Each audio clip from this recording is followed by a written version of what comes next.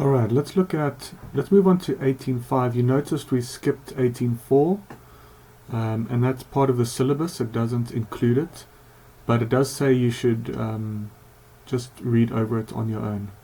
However, the syllabus does show we move from 18.3 to 18.5. Pressure and gravity. Pressure and gravity. Okay? So earlier on we saw that what is pressure? Pressure is if we have a force, a contact force, exerted by a fluid on a surface, and we divide that force by a certain surface area, then that gives us our pressure. Okay, so the larger, for a specific force, if the area is larger, the pressure will go down. If the area becomes smaller, for that same force, the pressure will go up. Okay, so the next thing is pressure is a scalar.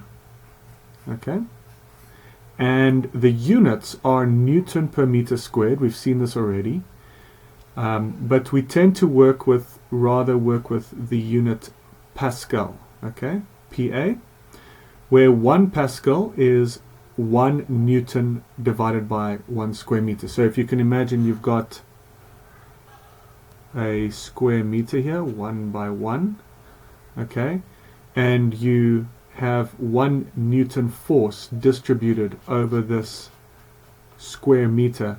That is 1 Pascal. Okay, which is very low. The pressure at sea level is, as we've seen before, is 101,300 Pascal, 101,325 Pascal. Okay, but we can work with either Pascal or kilopascals. Okay, so this is the pressure at sea level. The atmospheric pressure at sea level.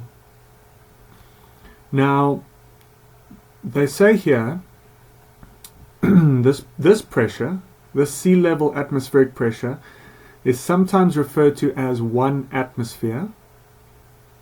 Okay, so if you see that and it says 1 atmosphere, then it's referring to this pressure at sea level. Okay. So take note of that, but be careful to think that whenever you're working with atmospheric pressure, it's this pressure. So don't make that mistake. For example, remember, this is the pressure, atmospheric pressure at sea level.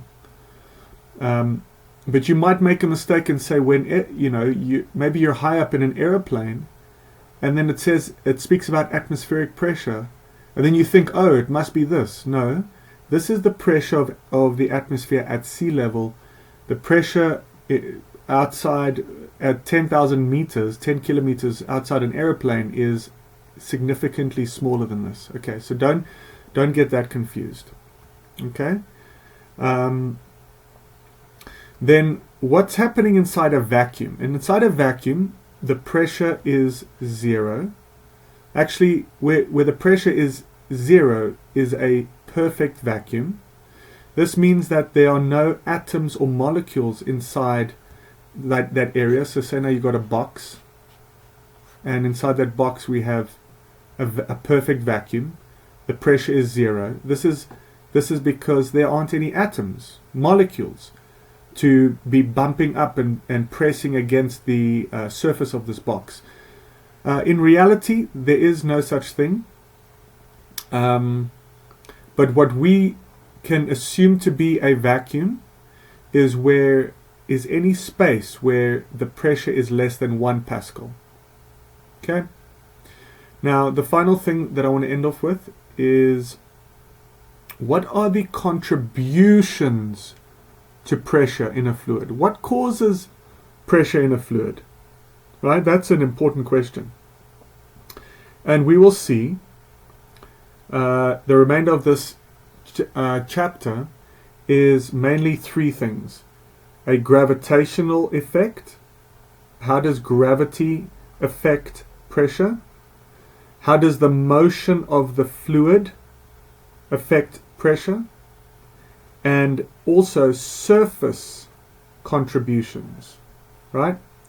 How does the surface of the fluid affect the pressure in the fluid? So we're going to focus, the remainder of this chapter, we're going to focus on how gravity affects pressure, contributes to the pressure, how the motion, right, the velocity, the speed of the fluid affects the pressure, and how the surface also affects the pressure. They speak about a fourth contribution as well, right? There's 1, there's 2, and there's 3. But if there's a fourth contribution, and that is from the collisions that take place between the fluid particles and between the fluid particles and the container wall, but that is covered in chapter 19. Okay? But here in this chapter, we cover these 3. Okay?